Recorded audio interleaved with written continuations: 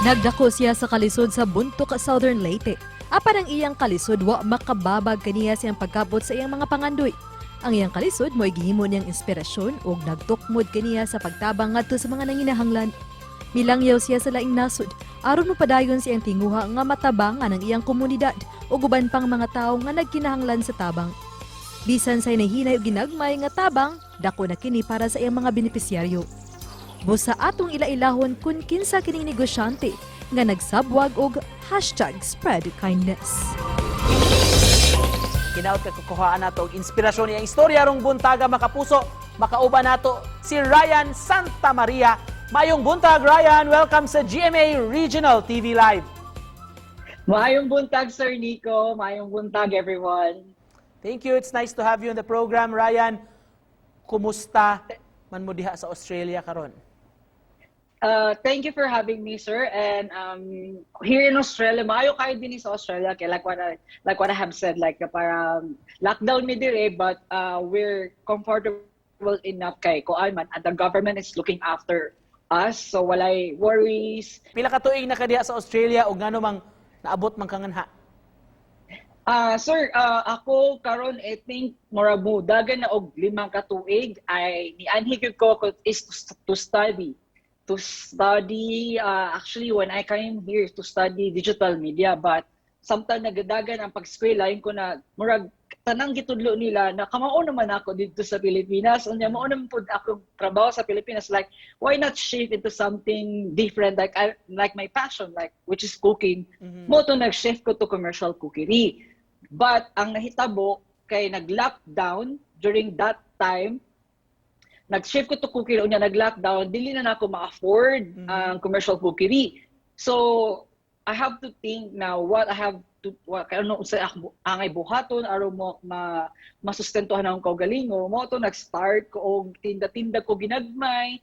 Before this, Ryan, kumusta man day ang kinabuhi dito diri sa Pilipinas kaniadto o ngano mang nakumbinsir man ka nga mo abroad? Ang ako magmama ug papa, they were so young when they had me, so they don't have any idea kung unsa ilang buhaton with their lives, how to raise me, how to build a family. So they don't have choice, like just to para ibigay na lang, ihatag na lang bitaw ko sa akong mga lolo-lola. And then when me growing up, it's like parang lisod kayo, murag I have to like parang murag paningkamutan ako tanan na kinahanglan na ako kung sina kanabuhi. Ryan, arita sa imong gourmet tuyo nga patok kaayo sa Filipino community diha sa Melbourne o sa ubang lugar sa Australia. Kay gawas ini ko no sa imo, of course, pagpamaligya kay kinahanglan nato karon nga mo earn og money, doon na sad kay advocacy gyud of fighting hunger, kay doon ako ni proceeds ining imong mabaligya. Can you tell us more about this? Nag-start day katong nag-work ko sa Cebu, like inko, like I felt like if like dahan-dahan bitaw na ako na nakabot na ako mga kinahanglan sa kinabuhi, like ay nakatangban kog eskwela, nakatrabaho kog maayo, slowly sige na kog tabang, pero dili pa siya ganun kadako na pagtabang. But katong pandemic, I realized na parang ang akong kinabuhi din sa Australia is better than the people who are in Malbago, in Bontoc, Southern Leyte. Sir, kasi og inyong i-google ang Malbago, Bontoc, Southern Leyte, booking mo gud siya kaayo. And then when the lockdown started, parang lisod sila og kinabuhi, kay like kung saan man nila pag earn og money og naka-lockdown sila dito. Mauton, I decided na why not that part of my proceeds is to be donated to the people in my hometown. Ang imong gourmet tuyo, of course, na proceeds anino maadto sa inyong hometown. Asa man specifically nga project o nga program man ni maadto? Yes, sir. At the moment, my new beneficiary is Benetton Integrated School. They were just granted to offer year 12 by December. Mahuman ang bisag duha sagud ka makeshift classroom na unsay ma-afford ba nako.